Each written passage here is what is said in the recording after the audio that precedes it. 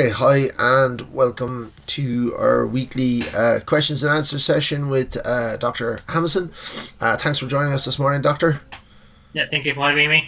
Great. Okay, so look, I'll jump into the first question, which is how can we better educate customers upfront about the non-refundable nature of consultations to mitigate scam accusations when outcomes don't meet expectations?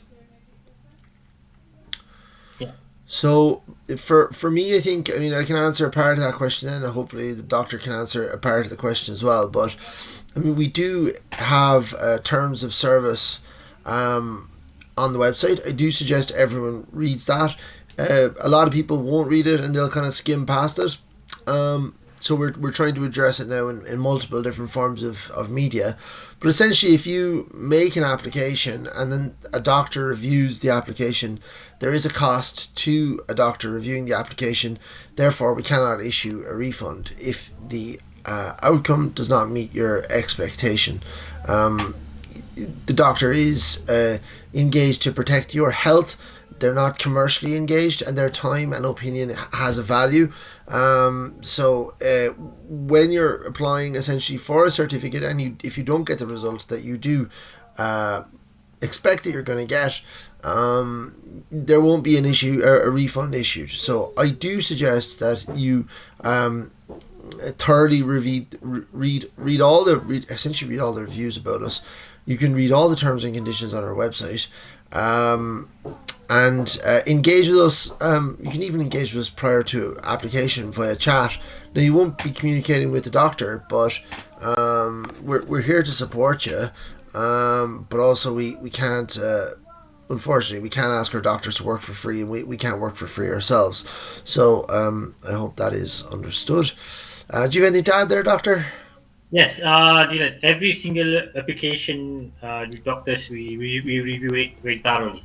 So we number one we review it whether is it the duration, the illnesses, and then the explanations. Yeah. So then we review it and then we decide whether to approve. And then when you approve it, how long does the client, the customer, the patients, is it necessary? Is it good durations of the sick certificate that they apply for? So sometimes I have to adjust it. Depends on the illnesses case by cases.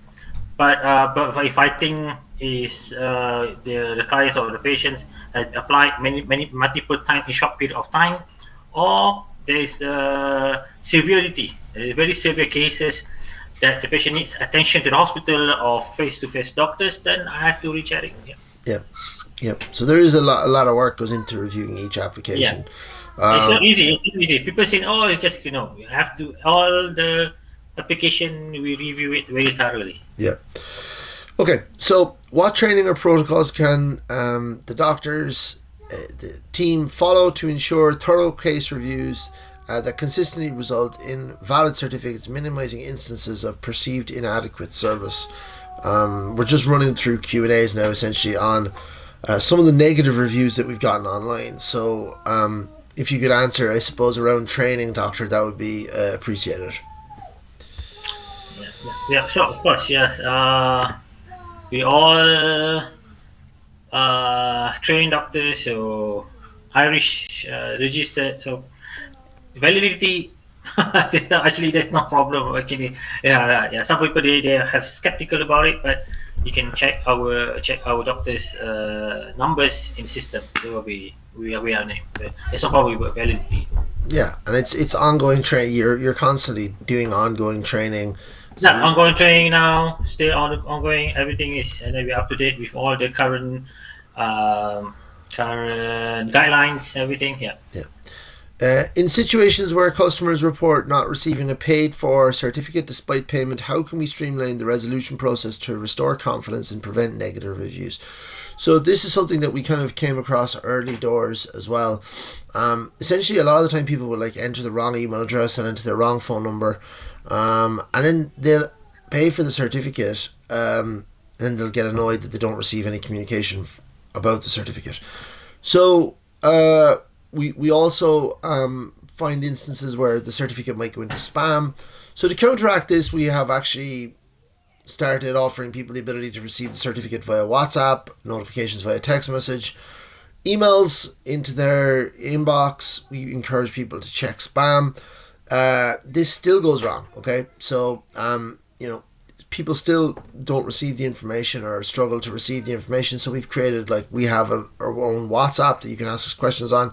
You can email us, and you can actually phone us as well if you have any additional questions.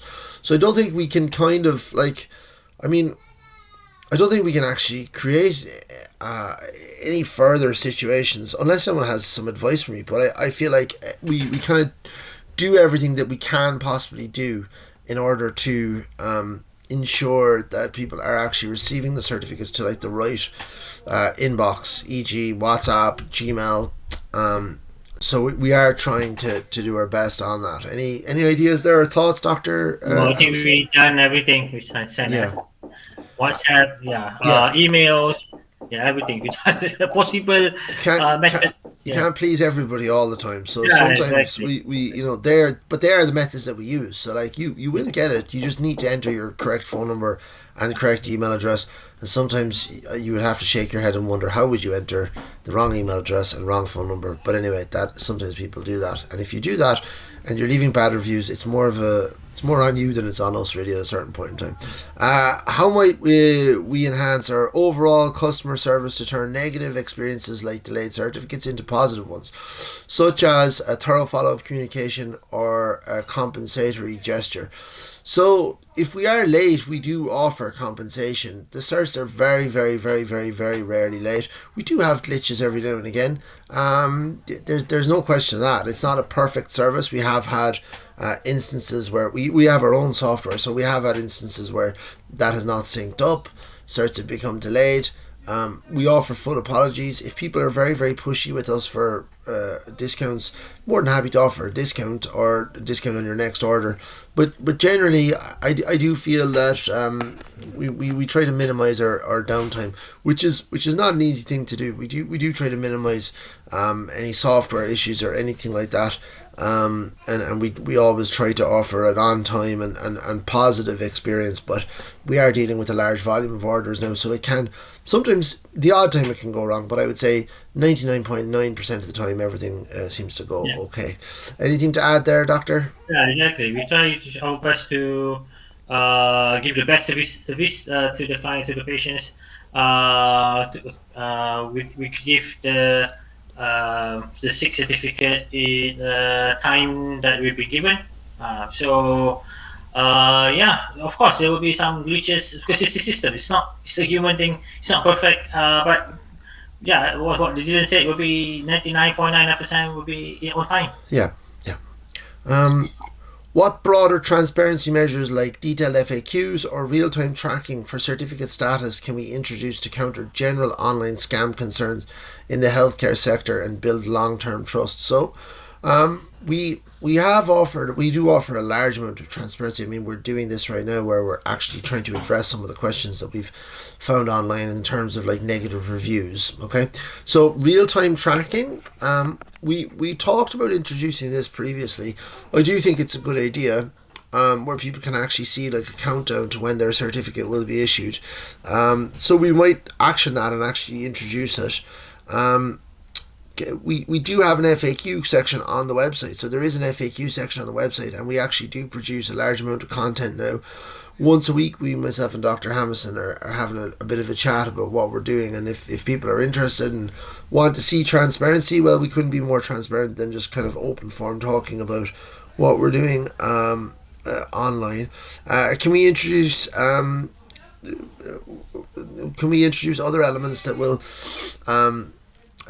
overt the ideas of people saying this is a scam online and stuff like that? Well, I think that's broadly more of a concept of people getting used to healthcare online. It is viable to do it, and I do think maybe you're going to get the odd punter who is very kind of cranky and wants to, like a toddler, trash everything around them. And online, that is claiming that it's a scam. So, that they would be my thoughts on that one, Doctor. Do you have anything you'd like to add? No, basically, We cannot satisfy everyone, Yeah, but we try our best to give the best service to you, yeah, yeah, to everybody. So yeah, of course there will be limitation as telemedicine online. There will be limitation, but we try to give our best as possible. Fast. The most important is fast and reliable. yes. And there's a certain number of people who would be classified as trolls online. I mean, there's over 320 positive 5-star reviews there, I think, on Google. The odd one is bad, but I mean, some people you can't please everyone. So I think broadly people really are But enjoying the service. we do take any negative feedbacks, try to improve the Yes, system. yeah, that's the whole thing. Is that they are valid. They are Yeah, valid, and some of these questions and concerns that have come up are totally valid. And we hope that this kind of open dialogue adds to a level of transparency, and we will try to add additional features down the line that do improve the service as well. yeah. Okay, so that's it. Thanks so much for joining me, Doctor, and have a good week. And we'll talk to you next.